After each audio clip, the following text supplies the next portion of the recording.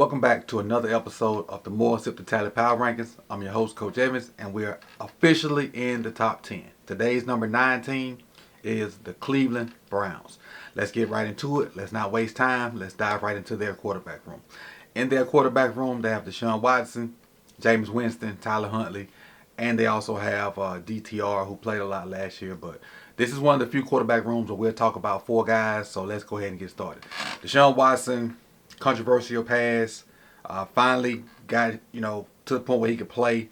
Last year, started some games, had injury, came back and played a little bit, then had an injury that put him out the rest of the year. So they went through a bunch of guys to start. Deshaun Watson, DTR, PJ Watson. They ended up bringing Joe Flacco.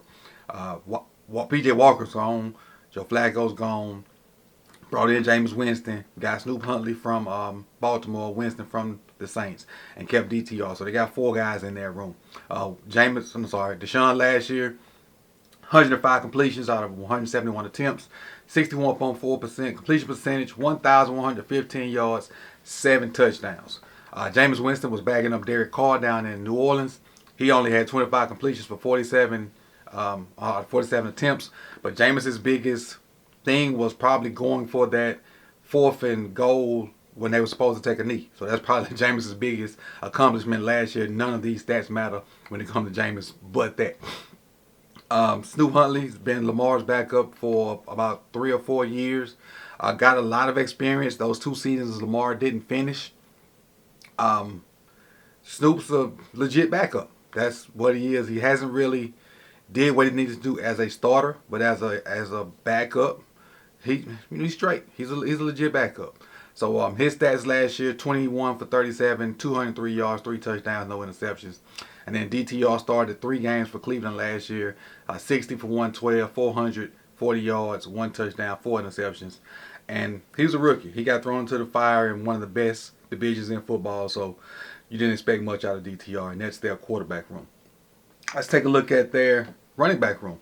Now, the running back room, they have one of the best runners in football, but he also got hurt last year. Nick Chubb only played in 2 games. 28 carries, 170 yards, 4 catches for 21 yards, no TDs. When they lost Nick Chubb, and they didn't have their main starting quarterback, you thought it would be doomed for them. But they held on, they fought.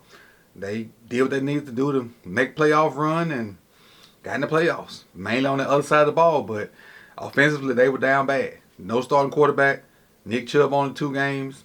They also now have Jerome Ford. They had Jerome Ford last year. He rushed for 813 yards, so he was the main guy once Nick Chubb went down. Ford had 4 touchdowns. He also caught 44 passes for 319 yards and 5 touchdowns. So Jerome Ford did a decent job of picking up Nick Chubb's slack, but he is no way, shape, or form is the kind of back Nick Chubb is. They did lose Kareem Hunt, so he's not back there anymore, but they added Foreman, and I think from the Bears, if I'm not mistaken. And if it's not from the Bears, maybe the Panthers. One of the two, the Bears or the Panthers. And he had 109 carries, 425 yards, and 4 touchdowns. Also caught 11 passes for 77 yards and a touchdown. So that's their running backs. Going to the wide receiver room. Amari Cooper. He's been a guy for a long time, constantly putting up good numbers. 78 catches, 1,250 yards, 5 touchdowns. Alpha receiver, great route runner, great hands. He's been one of the premier guys in this league for a long time. He can do it all, man. He's probably not the fastest, but got great feet, run great intermediate routes, good job with his hands. He's one of the ones. Adding to that, they traded for Jerry Jeudy, who was disgruntled out there in Denver. Last year, Jerry Jeudy had 54 catches, 758 yards, 2 touchdowns. Coming out of college, it's 2 Bama boys back together. Amari Cooper and Jerry Jeudy, Bama boys. Coming out of college, Jerry Jeudy was classified as a route runner. Things just ain't work out in Denver. But he's getting a new shot here in Cleveland, and if they get some good quarterback play, they might be straight. Elijah Moore, who came over from the Jets a couple years ago. Last year he had 59 catches for 640 yards, 2 touchdowns. So the receivers were okay. They got some catches in. The quarterback play wasn't the greatest, but the receivers were still able to kind of do that thing a little bit. Also in that room, Cedric Tillman, who was a rookie last year. They got David Bell also, and they drafted Jamari Thrash from Louisville. So those are the 6 receivers that, they're top 6 receivers. They also got one of my personal favorites, James Prochet. I had to throw that in there. That tight end room. This dude right here really took off last year, and he's on the verge of putting his name, in my opinion, up there with the upper echelon of tight ends in this league, and that's David Njoku. David Njoku had 81 catches for 882 yards, 6 touchdowns. That was a little stretch where David Njoku was damn near unguardable. He was catching everything, the little option routes, 7 to 8 yards down the field, then catching the ball, making people miss, still forming them, jumping over them. Then the week where he some kind of way burned himself, showed up with a mask on and still played like crazy. Also in that room, Jordan Atkins played in 4 games last year, had 15 catches, 132 yards. And Giovanni Ricci they brought in from the Panthers last year, only had 1 catch for 2 yards. And that's their tight end room. Let's talk about their O-line real quick. Offensive line, they got Jedrick Willis, who graded out, and he's the PFF grades, 54. Joe Bitno, one of the better guards, I think, in the league. He graded out at 67.9. Ethan Pokic, 70.8. Tyler Wyatt Teller, 72.7. And Jack Conklin at 74.5. And that's a solid O-line. When Chubb is there, well, not necessarily with Chubb, when any of their running backs, they always run behind a decent O-line.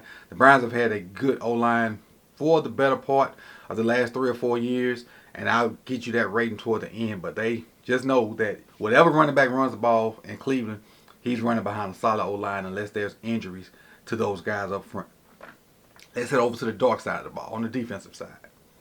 All right, the defensive side of the ball is where they really had their bread and butter last year. They were the number 1 ranked defense in the NFL, and one of the main reasons why they were that, Myles Garrett.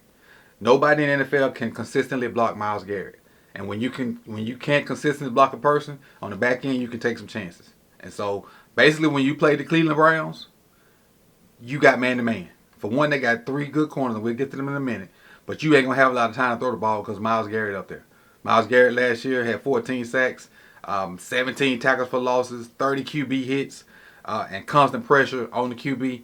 And he got a decent dude on the other side, Zadarius Smith, who had 5.5 sacks and 8 tackles for losses and 20 QB hits. So that's 50 QB hits between the 2 edge guys. So you ain't got a lot of time to throw the ball with those 2 guys coming. And they'll take Myles and put him all over the place. The famous play last year where Myles was over the center, acting like he was crossing over, pre-snap, doing this. And then when the ball was snapped, he just hit the center with a whoop-whoop and went straight to the quarterback.